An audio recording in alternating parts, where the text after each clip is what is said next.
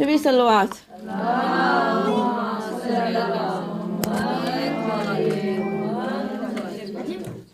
پھر بھی صلوات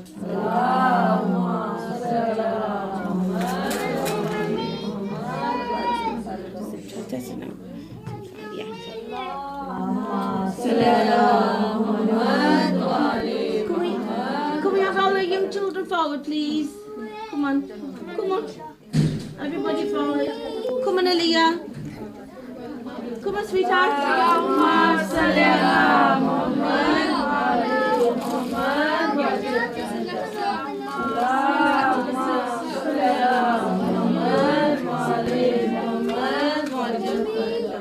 Allahumma salli ala Muhammad wa ali Muhammad.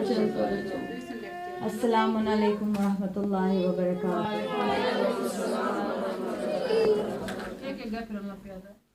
اعوذ باللہ السمیع العلیم من الشیطان اللعین الرجیم. بسم اللہ الرحمن الرحیم. الحمد للہ الذی لا یبلغ مدحتہ القائلون ولا یحصی نعماءہ العادون ولا یؤدی حقہ المجتہدون. الذي لا يدركه بعد الهمم ولا يناله غوث الفتن. الذي ليس لصفته حد محدود ولا نعت موجود ولا وقت معدود ولا أجل ممدود. فطر الخلائق بقدرته ونشر الرياح برحمته ووتد بالسهور ميدان أرضه.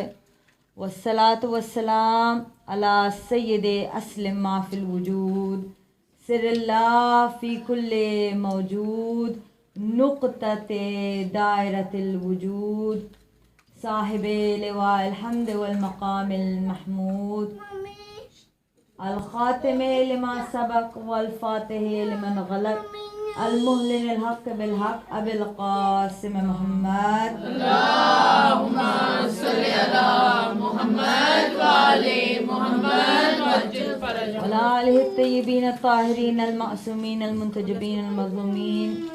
أما بعد، قال سبحانه وتعالى في كتاب مبين وفرقان المجيد وقوله الحق. بسم الله الرحمن الرحيم.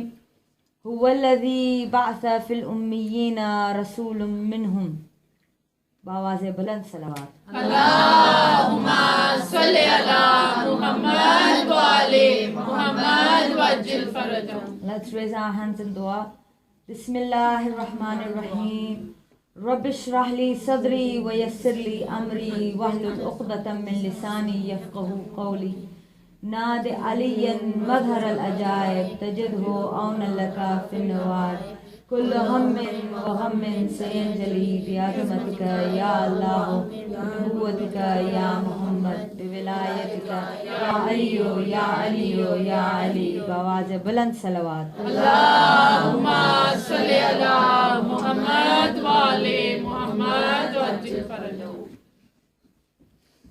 My beloved sisters and young children, I guess, because now you're the age of my children, and I used to be a child myself here a few years ago.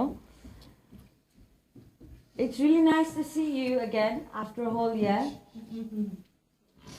And today, just for a few moments, I want to take your time to discuss or to talk about those the infallibles who are so pure that the Lord himself, when he created them, as soon as he created them, he couldn't help but do salawat on them. Allahumma salli ala Muhammad wa ali Muhammad wa ajil farajahum. And where best to begin than the high and mighty Lord himself? And when we talk about Allah, let's talk about how He wanted to be known, or how He wants to be known. So, in the first few ayats of Surah Jummah, which I've chosen because today is the day of Jummah, and many of us, or at least our men, go to the mosque to recite the Jummah prayers, and have to recite the Suratul Jummah, in which Allah subhanahu wa ta'ala says, هُوَ الَّذِي بَعْثَ فِي الْأُمِّيِّينَ رَسُولٌ مِّنْهُمْ. I am the Lord who has sent down to the Ummiyin, to the people, a Rasool from among them. So in this ayat, we generally believe that it is talking about the Prophet himself. But then if you look deeper into the meaning of this ayat, Allah says, it is I, Allah, who has sent down the Prophet. So that means that we've seen the Prophet. We know who he is. We've seen him for 40 years. Or at least the people of the time had. And now Allah wants us to recognize himself. And he said, you want to know who I am? Well, I am the one who sent such a pure Rasool to you. And when now Allah is getting introduced through his Prophet. We've seen the Prophet for 40 years. We've seen that he is Sadiq, he is Ameen, he is the most truthful, and he has the best akhlaq, and he is the most loved, in the sense that he is so good that nobody has anything bad to say about him. Sometimes you might not like somebody, but then it doesn't, there will come a point where you say, well, I might not like this person, but this is something that he'd never do. Or, you know the good things in even your enemies. So even the enemies, or the people who did not like our Prophet, had to put their hands down and admit that he is of the best of akhlaq. And the people who did not like him left his belongings with him, because they knew that they would get it just the way they'd given it to him. He is Ameen. He keeps their things safe. So Allah is getting known by his Prophet. Now say me and you, when we were young, or even now, if somebody says, who am I? I've got a little boy. And still, if somebody says, who am I? I'll say, well, I'm Zahra's daughter. Why? Because she's older than me. And generally, the rule of the world is that if you want to introduce somebody, then you introduce them through somebody who's older than them. Yeah? Or who's greater than them. But look at this situation, where Allah is the greater one. Allah is the one, if in sense of time, he is the older one, he is the greater one than the Prophet Muhammad himself. But Allah wished to be known via his Prophet. Why? Why? The reason being is, everyone has known me as my mother's daughter for a long time. But if I was to go and do something really huge and something really big, and something that gave my mother pride, then if somebody asked her who she is, say if I won some really big prize or something, some big competition of the world or whatever, and somebody said, who are you, Zara? And she said, Fatima, the one who won that competition, she's my daughter. So now the tables have turned, and because the younger person has done something really great, then the older person wishes to be recognized through them. So this is what the fazilat of our Prophet is, who is greater than Allah Himself, but Allah still wishes to be known through His Prophet Muhammad sallallahu alaihi wasallam. Allahumma salli ala Muhammad wa ali Muhammad wajil farajahum. And this is just the one ayat. And in Hadith al-Qudsi, all the Muslims are happy with the translation of this. It's not just a Shia version, it's just overall, all the Muslims are happy with this translation.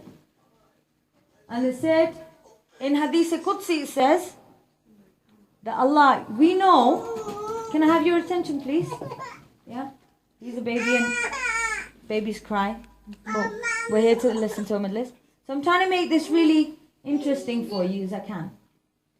Allah is all powerful. Yeah? And that means Allah can do anything. Yeah? And if Allah wished, then He could have put it in our hearts the minute we were born that He is Allah. And for the sake of saying, He wouldn't need to have a prophet and the Masumeen and the one like Anbiya to tell us, because He is Qadir. He has the all power, and He could have just, as soon as we were babies, He would have pre-installed the information that He was Allah. He could have done that. But in Hadith Qudsi, He said, Ana kuntu kanzan makhfiya. I was a hidden treasure. And why was He hidden? Because when He was by Himself, there was nobody else to know Him. If I am here, or if I am in an enclosed room all by myself, then nobody else knows that I'm here. So He was on His own, and He's a treasure, and He was hidden because there was nobody else to know Him. So now He says, Ana kuntu kanzan makhfiya. I was a hidden treasure. Man ahbabtu anuraf. Or a'raf. If I don't mind if I get my Arabic wrong. Some people say anuraf, some people say a'raf. Which one it is, I don't know, because I don't know Arabic. A'raf. Man ahbabtu a'raf. I wanted to be known. Ma khalaqtuka ya Muhammad. So, O Muhammad, I created you. So in the Hadith al-Qudsi, He is saying that I wanted to be known, and that is why I created you. So the whole purpose of the creation of the Noor of the Prophet Muhammad sallallahu alaihi wasallam is Allahumma salli ala Muhammad wa ali Muhammad wajil farajahum. Is so that the Prophet could know the Lord, Allah. What do? Do we know Allah? Do we? We can't. We can try to guess, but then the Imam said, don't try to guess or don't try to imagine what Allah is. Because whatever you imagine will be a figment of your imagination. It will be a creation of your own brain. It's not going to be Allah. So Allah wants to be known, not just imagined or guessed. He wants to be known. And when He wants to be known by knowing, if I know you, I don't just know what your name is. I know you. I know everything in and out about you. And Allah is saying, I wanted to be known. And for Himself to be known, He has created the Noor of Prophet Muhammad sallallahu alaihi wasallam. Allahumma salli ala Muhammad wa ali Muhammad wajil farajahum. And the reason I'm talking about Prophet Muhammad sallallahu alaihi wasallam at the moment is because a lot of times from this minbar, we do talk about Imam Ali alayhi salam or the other infallibles, but then a lot of people don't realize that we Shias believe a lot in the Prophet Muhammad sallallahu alaihi wasallam. In fact, even greater is his maqam than Imam Ali alayhi salam.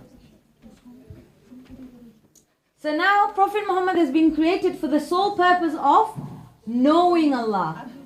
His purpose is not anything else. If he came down to tell us about Allah, it's because of his own love for Allah that he came to tell us.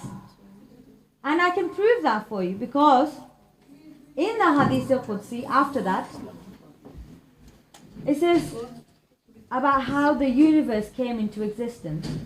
So Allah just wanted to be known. He had one wish to be known. He's created the Prophet and his wish is complete. And that's all. So now Prophet Muhammad has known Allah, and when you know something really exciting and you know something, he wants to tell other people. And so because of the Prophet and because of his love for telling us, the universe was created. And how was the universe created? These are the fazail of our Prophet. How did the universe come into existence?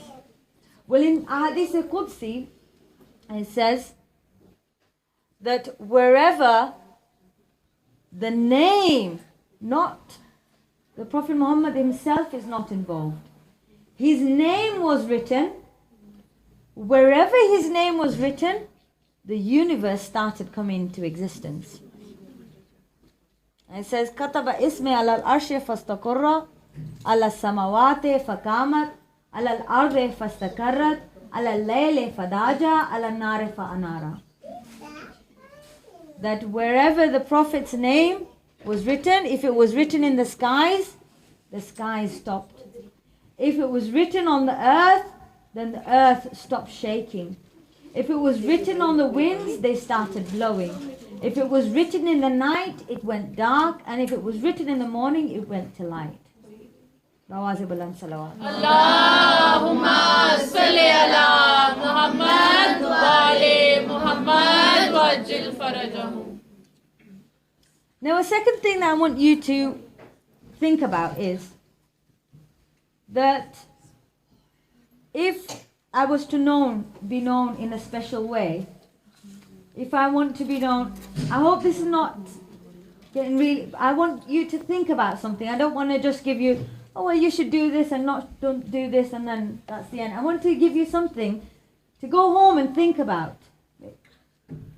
for a long time after today.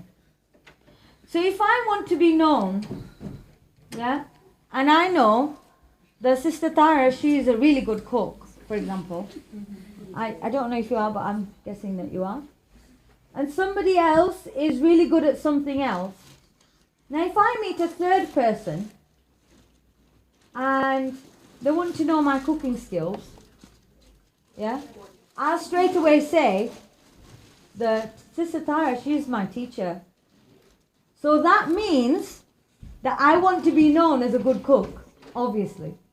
So if a third person came to me and said, how good do you cook? Or they don't know me. I say, well, Sister Tara, she's my teacher. So if she's a good cook, then that means I'm a good cook because she's taught me. That's how I want to be known. See? So I will choose at a different time. If somebody says, how good are you at reciting Majlis? I'll say, well, my mum taught me. Because people know my mum. But then I won't say, if somebody says, how good a cook are you? Well, my mum taught me. But everybody's mums teach them. So that doesn't give them the answer that they need. Yeah? So what I'm trying to say is, when you want to be known in a certain way, also it says that a man is known by his friends. So the type of friends that you keep, very important for little girls and little children. I can't see many boys, but if you keep the right type of friends, if your friends are good, if your friends listen to their parents, have good grades, or whatever good things that they're known for, you will be known for the same thing. So you're known by the friends you keep, by the company you keep. Back to what I'm trying to explain is you are known by the type of person that you choose to be known by. And now Allah, what are His qualities? Are Allah unique? There's so many qualities of Allah, out of which unique, there's no other like Allah. And now He wants to give us like I said, we cannot imagine what Allah is like. But now He wants to try to explain to us what He's like. Yeah? So, if He is unique, He has sent down a prophet to introduce Him, and the prophet is unique too. He has made this prophet so unique because obviously we wanted to know how unique Allah is. So this prophet is not like us. He is unique. He is so unique that we can realize, although He's within us, that we can realize that this person is not the same as anybody else. He is special. Because he is representing Allah. So Allah wants to make him special not only by his insides or how he behaves or how he comes out, but the minute you see him, you know he's different, he's special. And how did Allah do that? He made the Prophet special that as soon as you saw him, you knew he wasn't like you. By taking away his shadow. And there are a few reasons why people say why the Prophet's shadow was removed. One of them is obviously, like I explained, if Allah wants to be known by His Prophet, He needs to show what uniqueness can be like. Yeah? And the other reason that people say is a shadow. If you see my shadow, even if you don't see me, then you'll know it's my shadow. And the reason being is that my shadow will look like me. Yeah? And so the Prophet, because there's a lot of people after the Prophet that said, this Prophet is just like us. Even now people say, astaghfirullah, that the Prophet is he was just like any other human being. But Allah has given us proof that He's not. Because Allah did not even want His shadow, the Prophet's shadow, to be like Him. If somebody's own shadow cannot be like himself, Allah did not accept that even the shadow could, if he had a voice, could say that I look like the Prophet. Yeah, if I can grab your attention back. Allah did not even accept that the Prophet's shadow could say that it was like the Prophet. Therefore, He can definitely not accept if one of us human beings born out of a dirty clot of blood, that we can say that Nauzubillah, we are the same as the Prophet, or Nauzubillah, that the Prophet is the same as us. Now, as we all know, the Muslims have 3 Khalifas before Imam Ali. Yeah? We Shias believe that Imam Ali is Khalifa straight after the Prophet. There was no other Khalifas Islamically. Historically, according to politics and the government at that time, yes, there was other people that were ruling, but Islamically, we believe that the waris or the successor to the Prophet's Nabuwwat, because there's no Nabi after him, but the successor to the deen after the Prophet Muhammad is Imam Ali alayhi salam.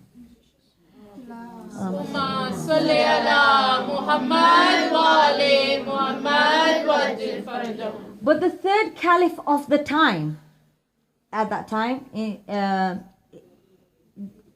politics-wise, or the person that was ruling at the time was Hazrat Usman Ghani. And he says that he's heard that the reason that the Prophet did not have a shadow was that if the Prophet's shadow was, if I'm walking, my shadow is going to be either behind me or, towards my right or left. It's going to be on the floor. And the Prophet was surrounded all the time by his ummah. And Allah did not accept that, I've said that a shadow is, your shadow looks like you. So Allah did not accept that the Prophet's shadow would be, because it looks like the Prophet, or it would have looked like the Prophet, that the Prophet's shadow would be on the floor and that people's feet would come on top of the shadow. Or the shadow would fall on people's feet. So he did not accept the behurmati of even the shadow of the Prophet, because the shadow of the Prophet would have looked like him. So now we know that for the infallibles and for the people, the Ahlul Bayt, and the people that Rasool said that I am from you and you are from me, or Hussein, you are from me and I am from you. Obviously Allah will not accept at any cost that we do their behurmati, or the behurmati of their shabi, anything that we relate to them. The alam, yes, it's not theirs. Yes, it's not them, but it's related to them. We relate it to them.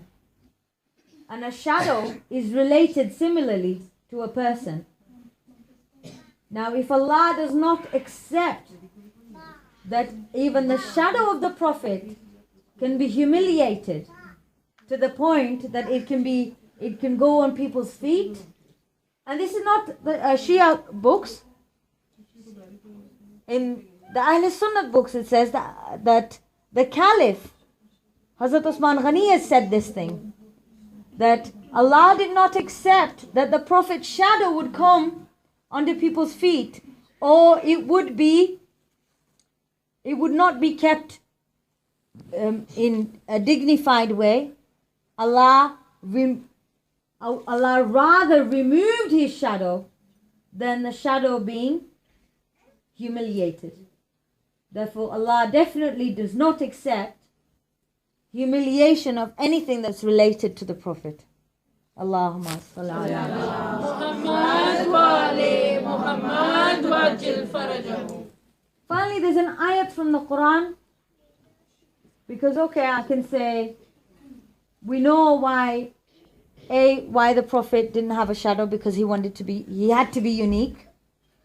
We know that if he did have a shadow, it wouldn't be behind him or on the sides, because Allah did not want anybody to step on his shadow. But then there's a question in my mind. Again, Allah is all powerful. He can do anything. He could have made the Prophet unique, that the Prophet would have had a shadow, but it would have just been in front of him at all times. It's possible for Allah. Anything is possible for Allah. And the Prophet would still be unique if his shadow didn't go anywhere else. It was just in front of him. But then the Quran, an ayat from the Quran says why the shadow could not have been in front of him. There's an ayat. Ya ayyuhalladhina amanu la tuqaddimu bayna yadallahi wa rasuluh. O you who have faith. O you who have faith. That means anybody who does not accept this ayat or who does not follow this ayat is not one of faith. Yeah? If I say all the girls get up, yeah, and somebody sits, stays sitting down, then either you're not a girl or you don't think you're a girl. Do you get what I'm trying to say? Yeah? So if I say all the girls stand up, the people who stand up, they are girls, or they think they are girls at least. Yeah? And the people who don't stand up, either they're not girls, or they don't believe that they are girls. So therefore Allah has said, Ya ayyuhalladhina amanu, all the people who believe, La tuqaddimu bayna yadallahi wa rasuluh, do not ever step in front. Now I'm going to do this word for word, yeah? La tuqaddimu, don't step. Bayna. Well, bayna, tell me if I'm wrong. Bayna means between. Yes. Yeah? The people who have translated this ayat have translated it that don't step in front of the Prophet. Yeah? But with my very little knowledge of Arabic, bayna means in between. And then the thing that comes after it is yadallah wa rasuluh. Do not step in between yadallah and Rasool. And who is yadallah? Who is yadallah? Yadallah is the hand of Allah. And who is yadallah? Mawla Ali alayhi salam. So the Quran. Muhammad wa ali Muhammad wa jil farajah. So the Quran, I mean, every ayat has more than 70 meanings, and there's 70 different, how you can interpret it. And people have interpreted it in the sense that if you are one who is a believer, don't step in front of the Prophet. We take that interpretation and we say, okay, because of that, the shadow, even Allah did not allow the shadow of the Prophet to step in front of him. Yeah? So that's one interpretation. Now I've given you the other interpretation. La tuqaddimu bayna yadallahi wa rasuluh. That means if you step in front in one interpretation, if you step in front of the Rasool, then you are not of the Iman. You're not a believer. And the other interpretation, if you step in between Yadallah and Rasool, then you're not a believer. Allahumma salli ala Muhammad wa ali Muhammad wa jil farajah. So let's recap quickly. Allah did not give the Prophet a shadow because he wanted him to be unique. So that even the shadow of the Prophet cannot look like the Prophet. Yeah? The second thing, the shadow of the Prophet could not be in front of the Prophet. And the shadow of the Prophet could not be on the sides because people would step on the shadows. So people did not even have, the neighbors and the Sahabis of the Prophet did not even have the right to be able to step on the shadow of the Prophet. So if people do not have the right to step even on the shadow of the Prophet, what can we say of those infallibles who left the shadows, did not care about the shadows, who stood up on the shoulders of the Prophet Muhammad sallallahu alaihi wasallam? Ya Ali, Ya Ali, Ya Ali. Allahumma salli ala Muhammad wa ali Muhammad wa jil farajah. And the shadow has no right to step in front of the Prophet. But we see that the Prophet himself carries Hassan and Hussein in front of him. And a poet in Urdu says, कांधे पे कभी बाप तो कभी पुश्त पे बेटा, हमने तो नबूवत पे इमामत ही को देखा. He says that sometimes on the Prophet's shoulders and sometimes on the Prophet's back. Whenever we've seen the Prophet, we've seen imamat on top of him. Bawaze baland salawat. Allahumma salli ala Muhammad wa ali Muhammad. So just like the Prophet and his existence is not separate from Allah, because the whole point of the existence of the Prophet was so that he should know Allah. And in the similar way, the way the Prophet is not separate from Allah, in that way, the Prophet is not separate from the Ahlul Bayt. Allahumma salli ala Muhammad wa ali Muhammad. There's many places that I could go with this conversation now. Yes, the Prophet has never said anything by himself.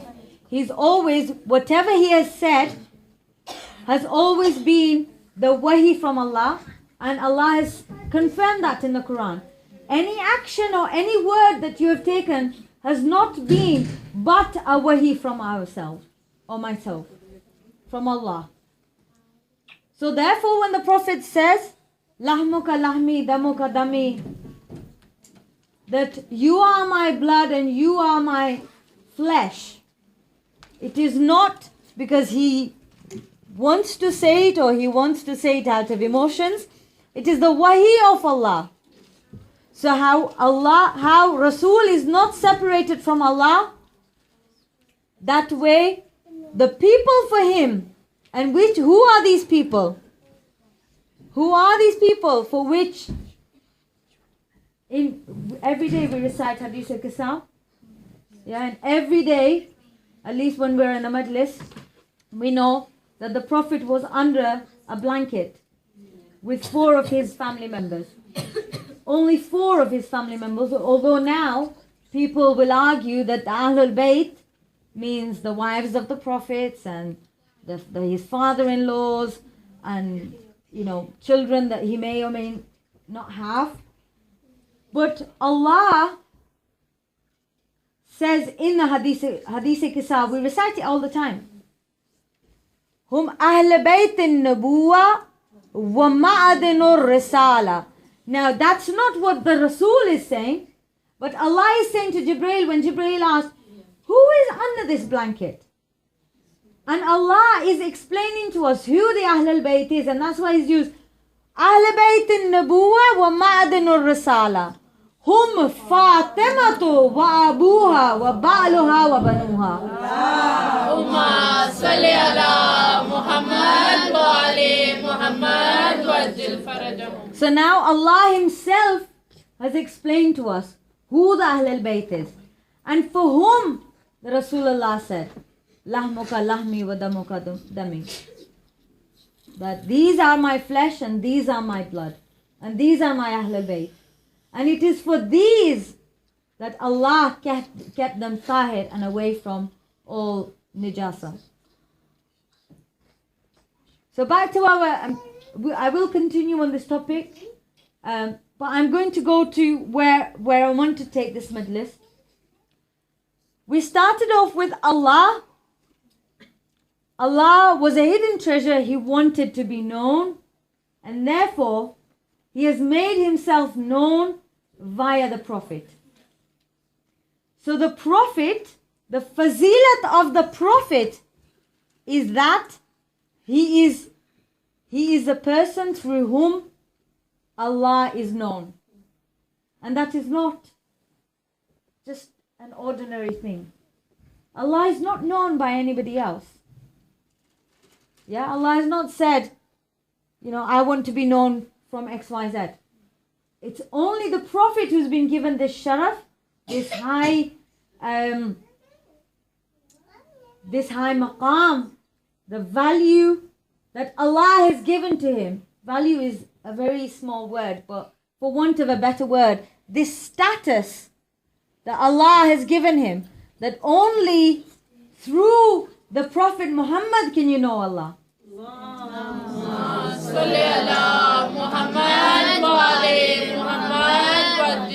And now, when Allah wanted to introduce the Prophet in Hadith Qisa, He could have said to Jibreel, this is the Prophet Muhammad. But now that He wants to introduce the Prophet Muhammad sallallahu alaihi wasallam, who does He introduce the Prophet Muhammad sallallahu alaihi wasallam through? Hum Fatimatu wa Abuha wa Ba'luha wa Banuha. Allahumma salli ala Muhammad wa ali Muhammad wa ajil farajahum.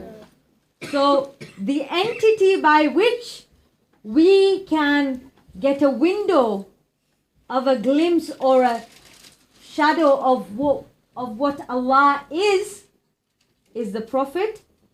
And if you want to know the Prophet, then Allah says, Hum Fatimatu, go through Fatima. So Fatima is a person who introduces her father. She has, I said about the highest level when you do something really big. Well, Fatima has the status, the only daughter of the Prophet, has the status that she will introduce the Prophet. And he's not just any Prophet, the Prophet through whom you will get Allah. Therefore, if you want to know Allah, Allah has given you the way to go. And if you cannot see Fatima because she's always in the hijab, then the Prophet has also given you that Ana Madinatul Ilmi wa Aliyun Babaha.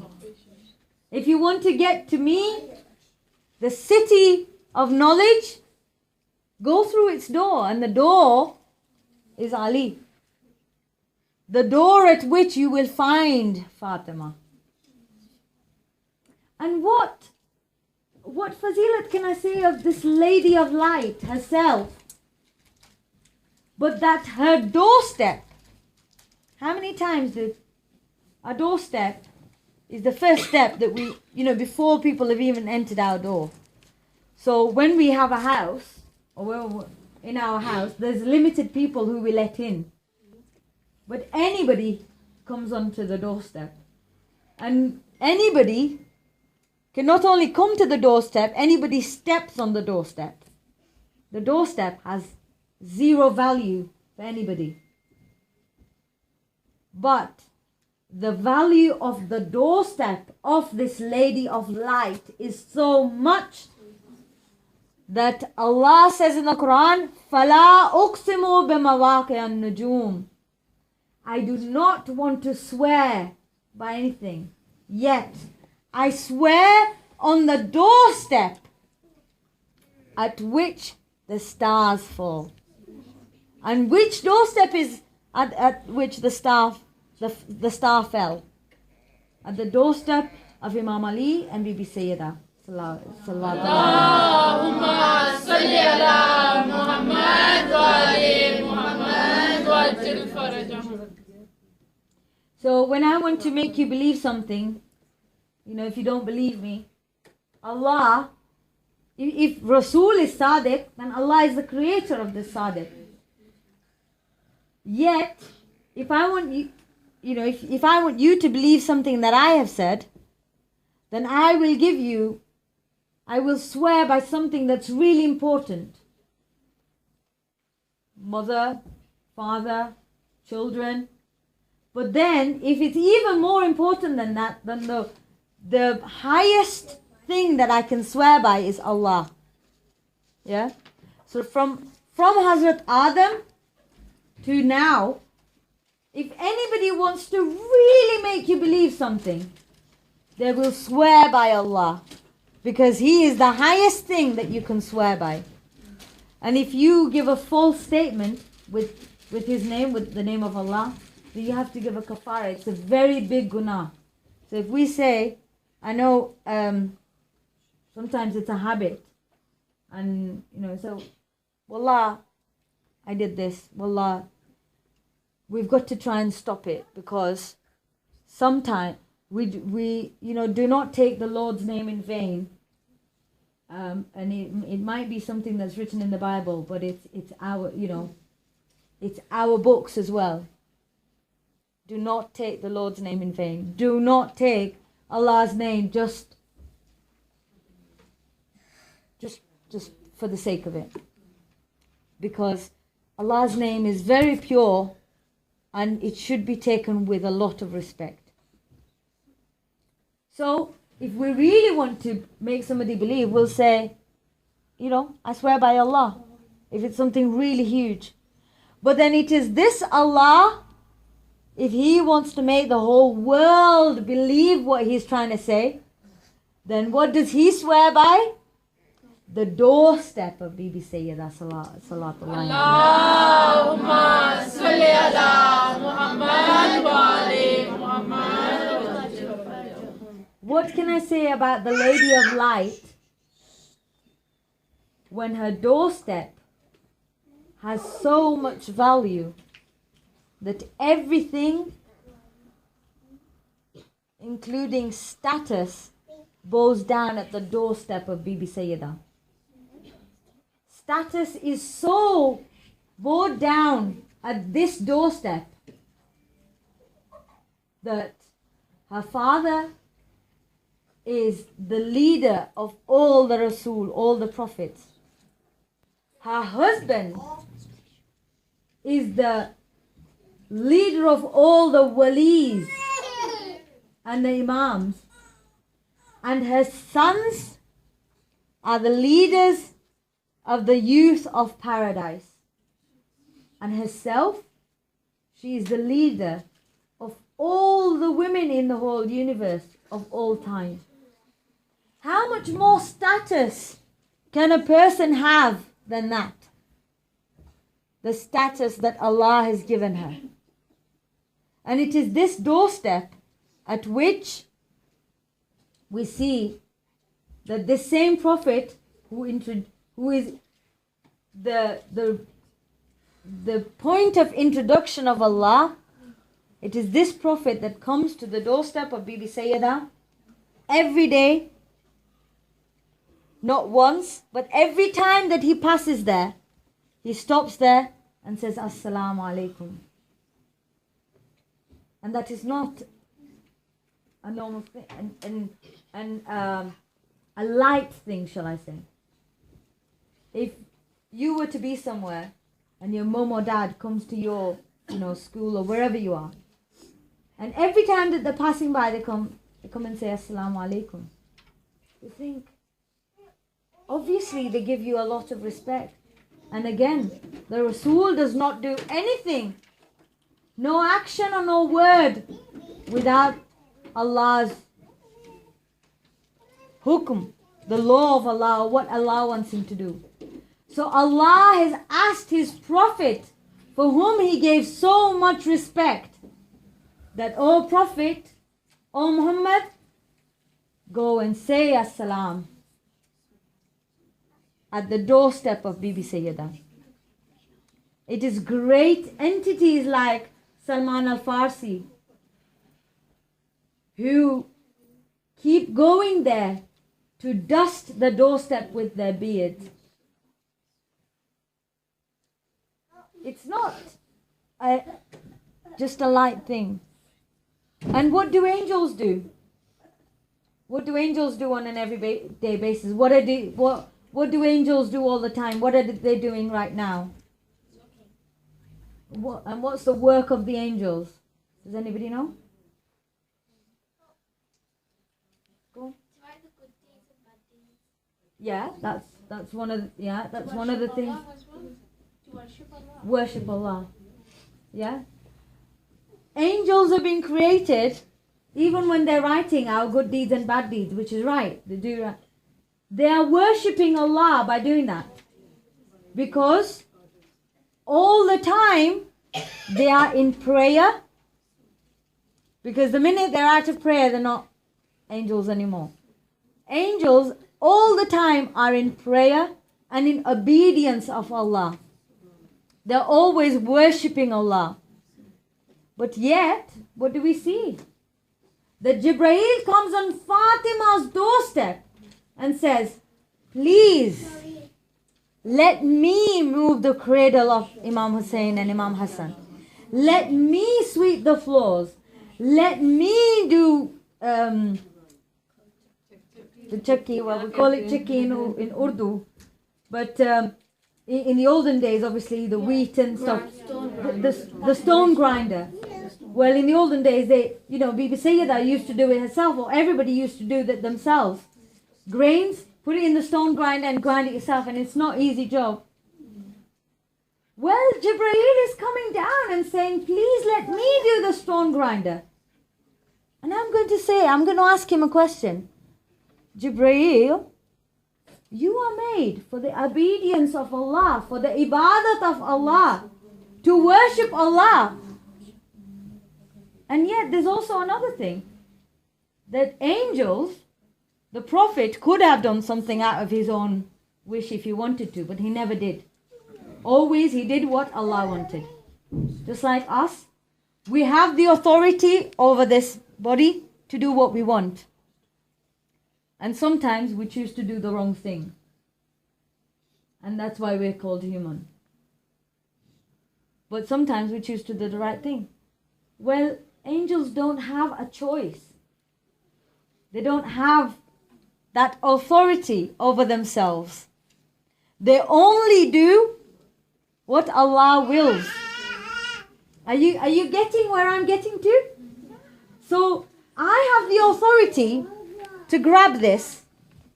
But if there was an angel here, unless Allah's orders were to grab this wire, he could not do it even if he wished.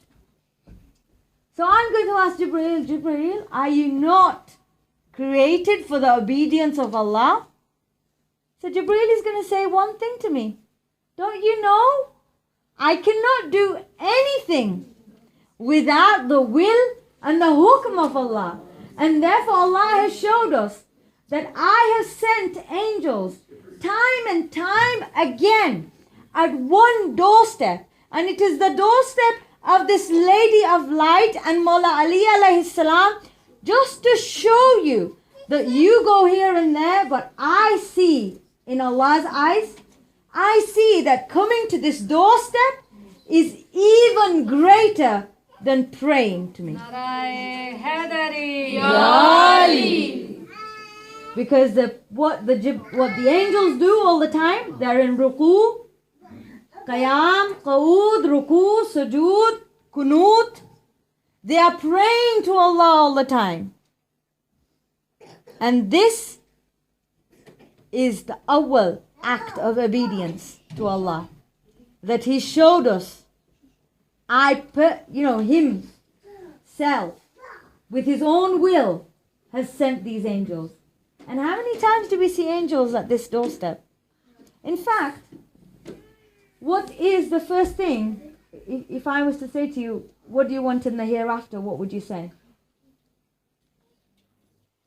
What would you say if I said, what do you want? Or when somebody dies, what do you pray for them? Forgiveness. But what's the end? Heaven. Heaven. So we do all the good things, or we ask for forgiveness, so that we're not going in hell, we're going in heaven. And that is the wish of everybody. Yeah? And where do these angels live? In heaven. They live in heaven. Now come back to the doorstep of Bibi Sayyidah. She has slaves like Bibi Fizza. There's Qambar, Suleiman, Abu Zar. They're all these really high entities that live at this doorstep. And tell me once, when these entities have come to Imam Ali or Bibi Sayyidah or the Prophet and said, Ya Rasulullah, please let us go and just show us heaven for just one teeny moment. But there's no such thing. These entities that live at the doorstep of Sayyidah do not want to see heaven. But yet, we see that the angels who live in heaven, they are finding excuses to leave heaven and come down. But when they come down, where do they want to come down? To this doorstep of the Lady of Light.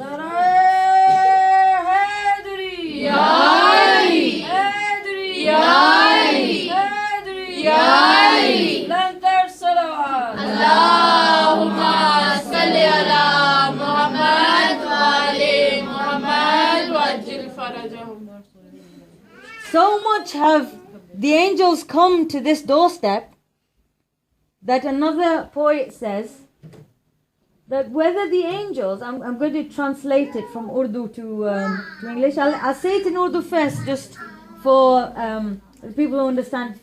फरिश्ते अर्श के हों या के बाग़े जिना वाले, यहाँ वालों से क्या नजरें मिलाएंगे वहाँ वाले। फरिश्तों ने फातिमा के दर से मांगी रोटियां अक्सर, के जमी वालों के टुकड़ों पर पले हैं आसमां वाले।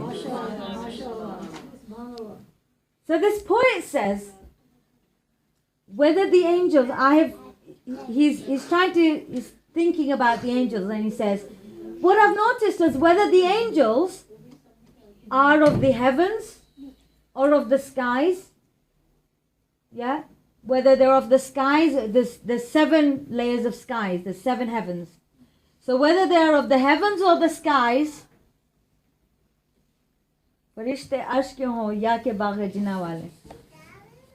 will they look eye to eye to us who live down here on earth? And why is he saying that? He says that the angels have asked for food from the doorstep of Sayyidah so many times that to me it looks like the angels of the heavens are living on the scraps of people of the earth.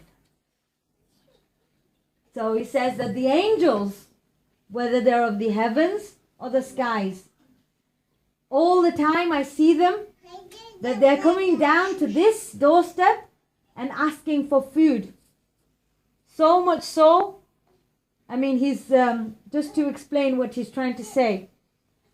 When you have a stray cat or a dog, not that I'm trying to,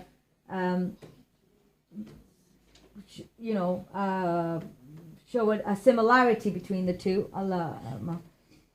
but just trying to explain that an animal who is a stray will come to you all the time. You know, if you give him something, he comes back to you and asks for more, and he comes back to you and asks for more. And sometimes if he doesn't want it, he still comes back to you and asks for more. Yeah? And he says, and what do you call it when you give your food to the animal? You call it scraps, don't you? Your leftovers. You don't give them a proper meal, you give them your leftovers. So he's saying, I've noticed that the angels have come so many times to this door that it seems to me like they are living off the scraps of the door of Batul. So, Salawatullah. Allahumma salli ala Muhammad wa ali Muhammad. Takbir. Allahu Akbar.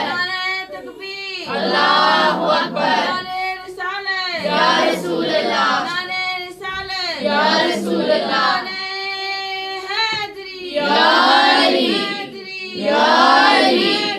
Ya Ali. Dar salawat. Allahumma salli ala Muhammad wa ali Muhammad.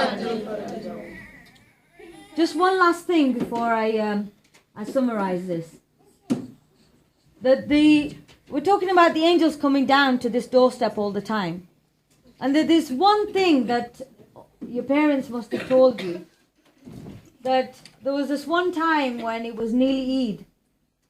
And Imam Hassan and Imam Hussain alayhi salam asked their pure mother, "Oh mother, where are our new clothes for tomorrow, for Eid?" And she looks up and she says, "They're at the tailor's." Now people have said that Nauzubillah Sayyidah do not have anything to say because she did not have clothes for them. And just like you would pacify a child and lie to them, you'd say, "Oh well, it's coming." You know, I'll share this with you, but Alhamdulillah, I've got one son and everyone knows that. But now he wants another baby brother or sister. And for him, he thinks it's really as easy as going into Tesco and buying one. And he does. He went into the bakery section and he said, right, can you bake me a baby, please? So yeah, I'm trying to explain to him that it's not as easy as that. And I said, okay, well, Allah will give us some, inshallah. And so he comes, and he comes round and I said, okay, well, inshallah. So he comes there and he goes, right, where's my baby? Where's my baby? Is he ready yet? Because his dad had a dream that he was having a brother. So I said, well, your dad had a dream, and inshallah Allah is going to give you, a baby brother or sister. So he comes home really excited and he said, so where is it? Is it ready yet? And I said, well, Allah's making it. But I've said that because, and by the way, if you're asking, I'm not, expecting at the moment. But because I have nothing else to say to that poor child, and I'm just trying to pacify him. There's, whatever is going to happen is out of my control. So I've said a bit of a white line. I've said to him, well, it's in the process kind of thing. The baker is baking the baby. But that's me because that's out of my control. Yeah? But now Sayyidah, the Lady of Light, there is nothing that is out of her control. And further to that, I have said a little white lie, but lies are rijs. And rijs has been kept away from Ahlul Bayt. And I'll tell you how much away. Then the Quran all the time it says, the day of Qiyamah is Kareeb. It's close by. It's close by. And how many years has it been since we're waiting for this day of judgment? But yet Allah has said it is close by. So for Allah's close by is so far away for us, then if Allah says that I have kept rijs far away from these Ahlul Bayt, then how far away from Ahlul Bayt are rijs? So we cannot say that Bibi Sayyidah just said it. She just said, oh well, your clothes are with the tailors. No. She looked up into the skies, and as soon as the Hassanain Sharifain had asked their mother about the clothes, she looked up into the skies and she saw that Allah had already asked the angels, do you, O angels, want a promotion? And who did he ask? He asked the Rizwan of Jannat. Jannat, when Jibreel asked, what is Jannat? And he said, I want to see Jannat. Because he'd heard from the Prophet a lot about how much wealth Salman Farsi had in Jannat. Now me and you know how quicker than light, that Jibreel used to descend to earth and go back to the heavens. Yeah, so we know his speed. And this is explaining to you what Jannat is. Yeah. So one day Jibreel is saying, I want to see just how much wealth Salman Farsi has in Jannah. And he asked Rasulullah, is it possible for me to have a look? Because you've said so much about it. So Rasulullah said, yeah, go on ahead. So Jibreel has gone to Rizwan Jannat, who is the manager of the heavens. And he has said, Rizwan, I want to see the area of Jannat of just of Salman Farsi.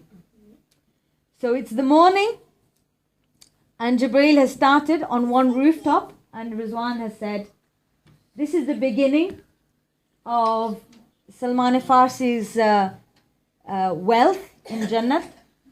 And you can fly around and see his wealth.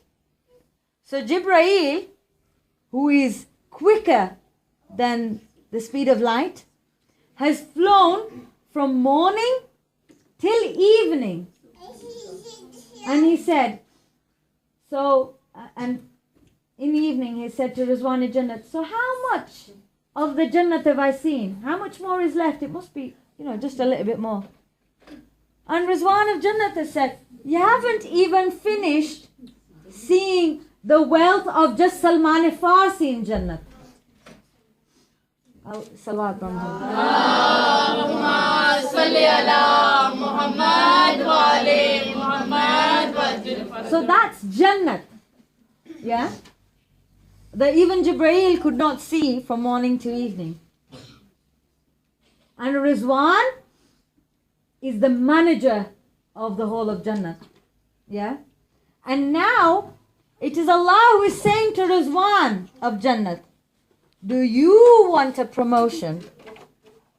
And Rizwan of Jannat is saying, Ya Allah, I'm the Rizwan of Jannat. What could be more? What could be more special, and what could be more, a better value than this? And Allah said, go and be the tailor for Hassan and Hussein alayhi salam. Allahumma salli ala Muhammad wa ali Muhammad wa So Bibi Sayyida is watching this, and she's watched this conversation, and as soon as Rizwan is gone, and within seconds Rizwan is gone to sew the clothes for Imam Hassan and Imam Hussein alayhi salam, and she has seen this and said to her children, well, your clothes are with the tailor. And I'm sorry that I'm saying, but I just want to really quickly, that when Hazrat Adam descended from the heavens, we all know that he had to leave everything that he had in the heavens. And he came down, and to cover himself, he had to use leaves. And in heaven, he was clothed. So Allah did not accept that Adam came down with the clothes he had from Jannah. Even though Adam had no clothes then, if it wasn't the ones from Jannah. And the Quran says, "Lam tajidullahi sunnata tabdila," that Allah's law does not change. So Allah has not allowed Adam to take the clothes from Jannah, because he said, the things from Jannah will stay in Jannah. They cannot leave the Jannah. So now there's two things that I'd like to say. If these clothes are coming down from Jannah to the Dar of Batul, then that means the Jannat and the Dar of Batul are one and the same thing.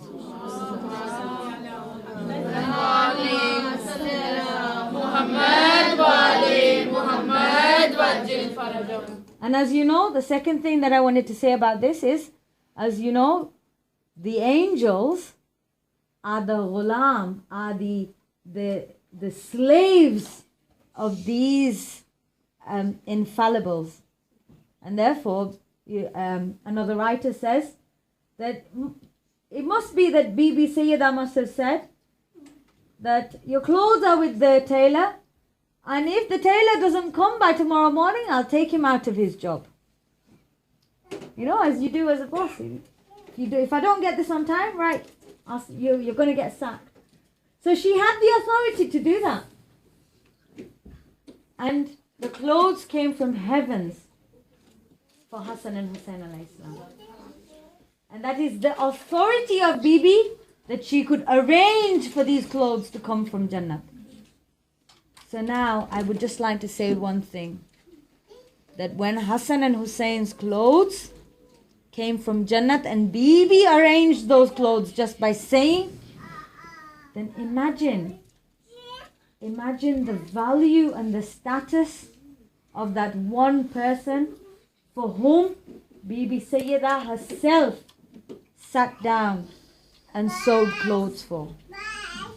And who is this personality for whom Bibi Sayyida was sewing clothes? It is none other than Hazrat Abbas alayhi salam. Hazrat Abbas alayhi salam is the majmu'ah, the completion, or if you say, the bringing together of these infallibles. Even in his name, there is 5 letters in total if you count. But then one is in hiding. So let's count in Ain, Be, Bay, because Abbas is Bay and Bay. There's two bars in there, but one is in hiding because it's in Shad.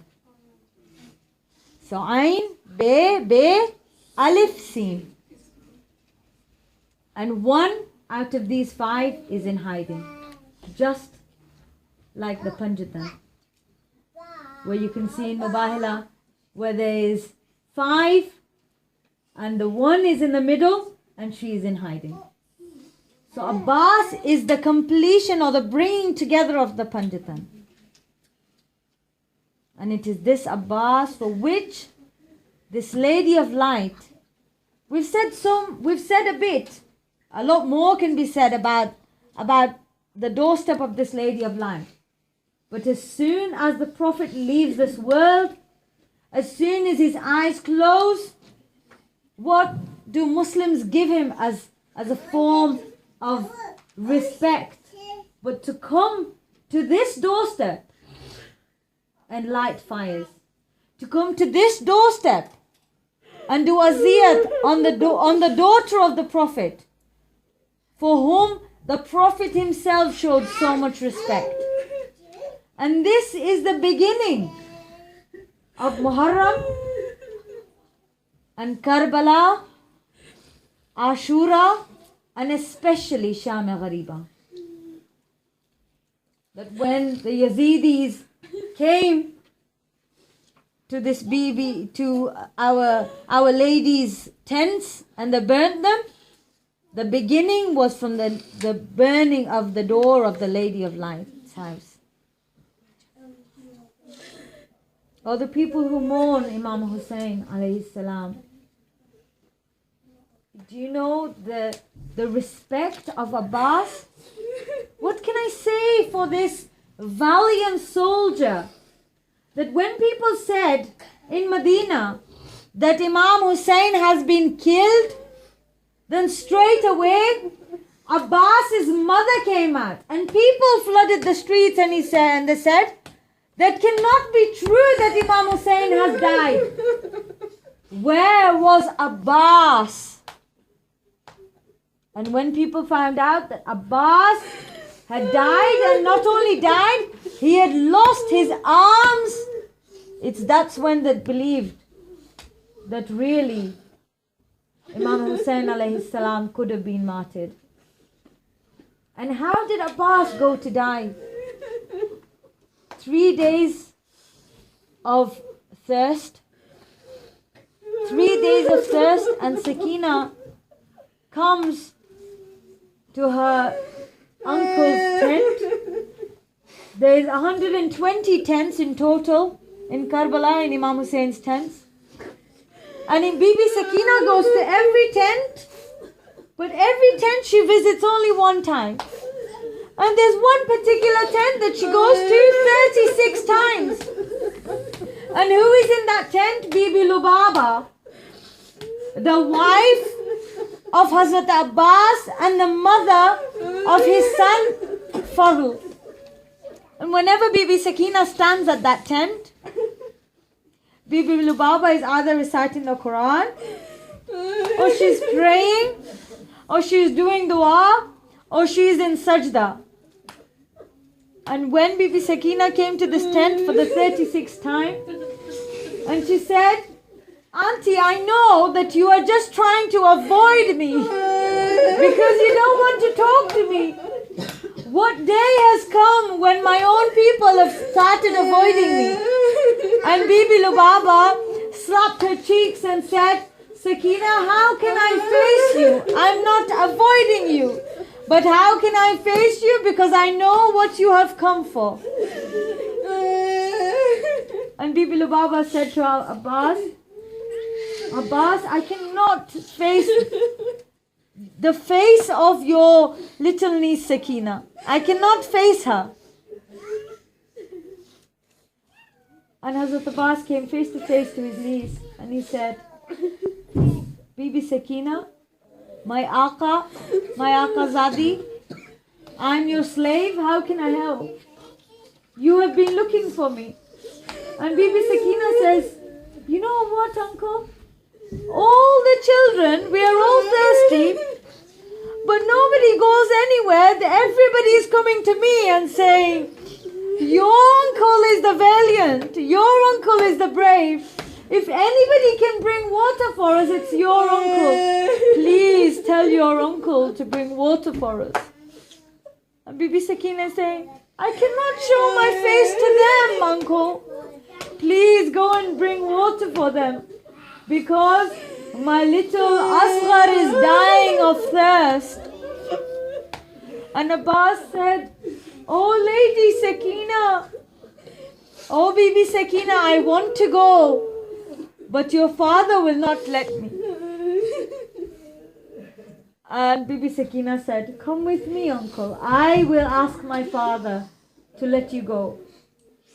And when she took Hazrat Abbas, she put her hand in the hand of her uncle, and she is walking towards her father, and Imam Hussain looked at the uncle and niece coming towards him, and he hit himself and said, Sakina, what you have asked for today, you will regret it. And she said, Baba, I cannot see the thirst of my little baby brother.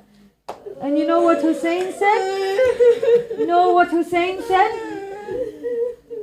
He said, for your 6-month-old brother Sakina, how old is your brother? 6 months old? For your 6-month-old brother Sakina, you are willing to sacrifice my brother who is 36 years old and in the youth of his life. But let me tell you, Sakina, my brother is not going to survive. Neither is your 6-month-old brother going to survive. Sakina, I know it is time now, and I will send Abbas to try and get water from you. So now Abbas is ready to go to the battlefield. And Sakina says, Chacha, oh uncle, Ammu Jan, I will get you ready for the battle. Because when every martyr got ready for the battle, the ladies of the house got him ready for the battle. They put his they put the armor on. They gave them the swords to keep them ready to boost the morale. And Bibi Sakina is boosting the morale of her uncle. And how does she do that? What does she give him? She straightens his turban, and he has his sword. And she said, Uncle, please, will you bow down a little bit? Because I am too small and you are very tall. Uncle, will you bow down? So Abbas bows down in front of Sakina. And she says, more, uncle, more. And he bows down so much that his hands touch the feet of Bibi Sakina alayhi salam. And Bibi Sakina puts her musk or her bottle of water on his neck, her dry bottle of water on his neck, and she says, Ammu Jan, go and get me water. And it is the promise of Bibi Sayyada, O Abbas, your hands, you have been so, in total, you have enslaved yourself to my family so much so that you never called your brother's brother. And you never called your sister sister. And now you have enslaved yourself so much to this household that you have held the feet of my granddaughter Sakina. Oh Abbas, I promise you that these hands that have touched the feet of Bibi Sakina will always be high on the alam of Islam, on the flag of Islam. Abbas is now going. Abbas is going. And now this one last thing that I want to explain. Abbas has his sword. Abbas has his spear. Abbas does have arrows. But just as he is about to leave, Imam Hussein stops him and he says, this is the last thing that I'm going to say. Imam Hussein alayhi salam says, Abbas, before you go out to the battlefield, I'm not going to stop you. But I'm only going to say one thing, Abbas. Please, it is my request. Just go and get water. Do not do battle, because there's only one reason. Just know, Abbas, that however many wounds you give today on the day of Ashura with your sword and your spears and your arrows, people will take it out. People will take the revenge tenfold in Kufa and Sham on Zainab and Sakina. And when Abbas heard this, that his wounds will be avenged 10 times by Sakina and Zainab, he threw away his sword, he threw away his spear, he threw away his arrows, and Mawla Hussein gave him a broken spear in one hand. Abbas, we are the bearers of Islam. You have to defend yourself, but make sure, do not do battle. It will be avenged by Zainab and Kulthum and Sakina and Sham. Allah la'natullah ala al-qawmi al-zalimin. وسيعلم الذين ظلموا أي منقلب ينقلبون إنا لله وإنا إليه راجعون. Matem Hussein. Ya Hussein.